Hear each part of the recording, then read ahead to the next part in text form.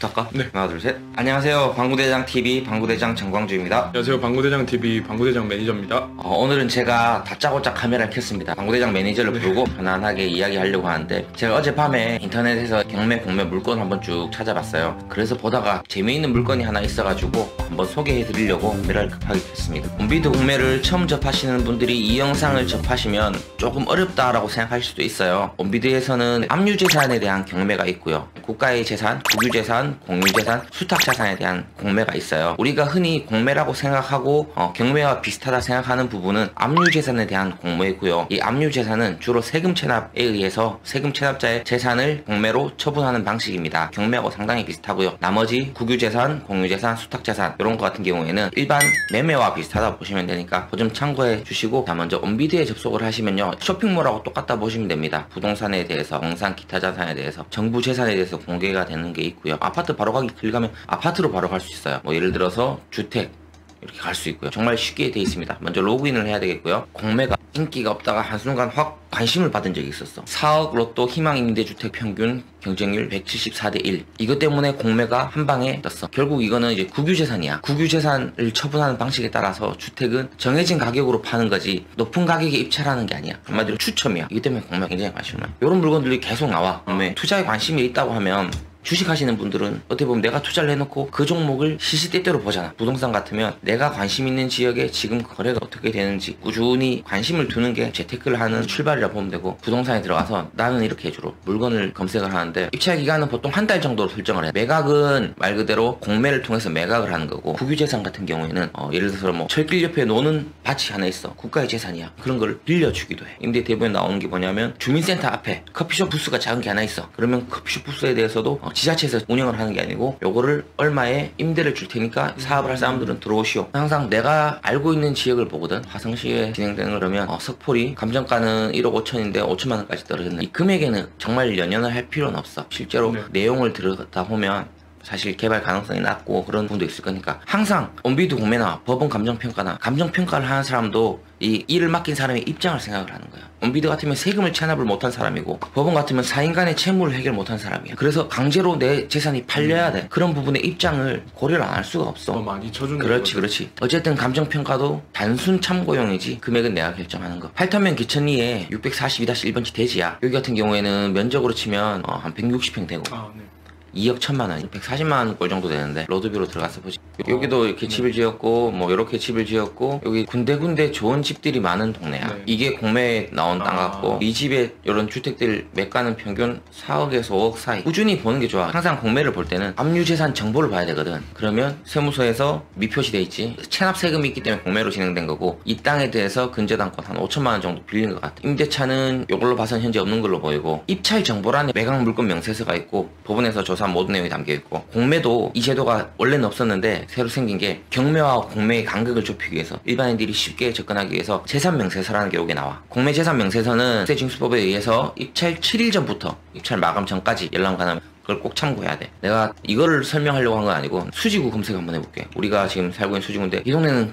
경매 공매 안 나와. 너무 좋은 동네라는. 뭐 쉽게 말하면 좋은 동네고, 세부적으로 말하면 오르는 동네야. 내가 사업에 실패했어. 빚을 정리해야 돼. 팔기 쉬운 거야. 내가 팔고 싶을 때 마음만 조금 낮추면 언제든지 팔 수 있다는 거야. 굳이 경매나 공매라는 수단을 거치지 않고도. 그렇지. 국가 시설물에서 임대할 수 있는 공간을 임대를 하는 거야. 뮤지엄 파크에 이런 거는 공고문을 항상 잘 봐야 되고, 입찰 정보에 자동 판매기네. 사람들 많은데 자판기 저거 운영하면 돈 괜찮겠다라고 하는 사람들은 요거 봐야 되는 거야. 그러면 학교, 매점, 뭐 자판기, 그다음 공공시설, 커피숍 160만 원의 임대료를 내고 한 달 동안 그 자판기 설치를 할 수 있다. 이거 160만 원이 월세일까? 연세. 공고문에 나와 있는데 주로 연세가 많아. 정말 공고문을 정확하게 봐야 돼. 공고문이 뭐냐면, 내가 이렇게 매매를 하겠어, 내가 이렇게 임대를 하겠어, 저쪽에서 먼저 조건을 제시한 거거든. 경기도 박물관의 공유재산, 편의시설, 카페 자동 판매기, 면적은 9평이고 지하 1층이야. 연세야 한 달에 15만 원이야. 근데 공고일로부터 5년 이내 3년 이상 시급료 영업실적이 있는 자.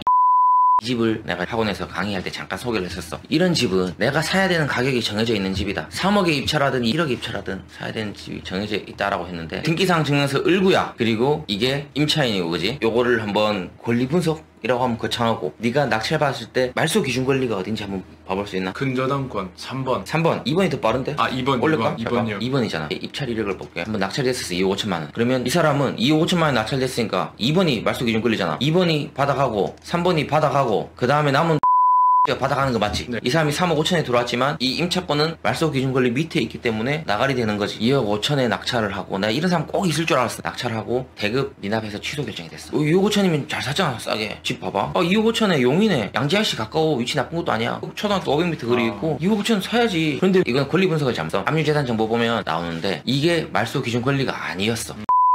뭐 추측컨대 3억 5천에 계약을 하고 들어가면서 근저당권을 다 말소를 시켰어. 채무액을 다 변제를 하고. 그런데 뭐 행정 과정에서 그랬든 어떤 이유든 용인신용협동조합에서 근저당권 말소를 안 시킨 것뿐이야. 실제 채무액은 다 변제가 됐는데 등기부상에 근저당 이런 경우를 형식적 근저당이라고 불러. 이것만 보고 산 사람은 말소 기준 권리 이거네 제대로 못 배운 사람이야. 그러면 그 책임을 그냥 산 사람이 다 져야 되는 건가요? 그렇지. 잘못은 은행이 했는데 은행이 잘못한 거 아니지. 안 주었잖아요. 권리 관계는 사인 간의 문제야. 내가 돈 다 받았어도 나 말소하는 거는 집주인하고 나의 문제야. 권리자와 채무자와 채권자의 문제지. 이거는 입찰자 책임. 한 번 더 확인했어요. 이걸 확인할 수가 있었어. 입찰 정보에 재산 명세서가 나와. 그러면 자기 채권에 대해서 경매 같으면 배당이고 공매 같으면 배분 요구를 해. 하지만 용인신협에서는 자기가 1순위를 갖고 있음에도 불구하고 배분 요구를 안 했어. 받을 게 없으니까 배분 요구를 안 한 거야. 1순위, 2순위가 배분 요구를 안 했다는 거는 그 사람들이 받을 게 없다는 거야. 그러면 얘가 확인을 해야지. 그러면 씨가 말소 기준 권리가 되는 거야. 이거는 말소 기준 권리면 내가 이걸 전액 인수를 해야 되잖아. 내가 아까 처음 얘기했잖아. 3억에 입찰을 하든 2억에 입찰을 하든 내가 사는 금액은 정해진 집이라고. 여기서 한 단계 더 나가야 돼. 네. 내가 3억 5천에 이 집을 살 수 있을까?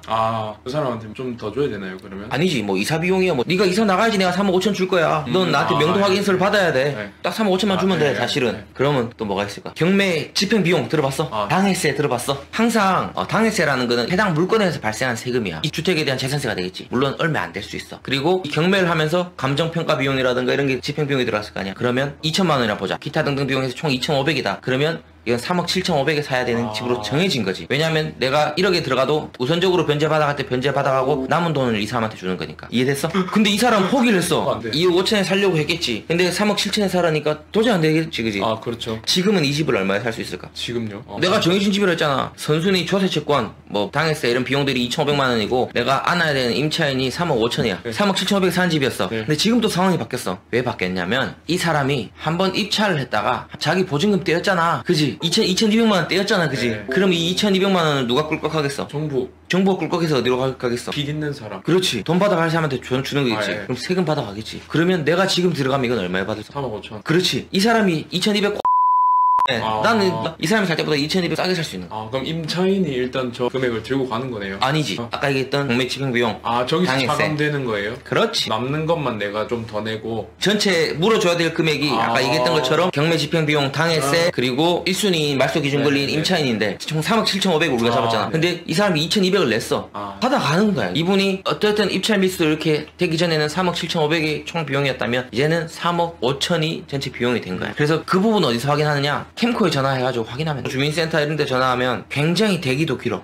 방글용사는 잘 팔아야 돼. 전화하면 엄청 친절하게 잘 받아. 빨리빨리 받아. 그럼 내가 안아야 되는 인수금액이 작아지는구나. 나도 용인으로 이사를 갈까 하면서 이 집을 보게 됐던 거고. 재밌었습니까? 저는 개인적으로 좋았습니다. 어떤 점이 좋았어요? 경매에 대해서 배운 지 조금 오래되어 가는데 다시 한번 상기시키면서 디테일하게 정보를 알 수 있어서 좋았고, 공매 같은 경우는 저도 들어가 봤거든요. 근데 공매에서도 괜찮은 물건들을 발견할 수 있다는 점. 부동산을 하시면 경매 공매를 재테크 수단으로 보시는 거 좋고요. 또 이런 식으로 내가 파고들어서 캐치해내서 수익을 실현할 수 있는 것도 있고요. 오늘 영상은 여기서 마무리하겠습니다. 두섬 영상이지만 지켜봐 주셔서 감사합니다. 방구대장TV 방구대장 정광주였습니다. 방구대장TV 방구대장 매니저였습니다.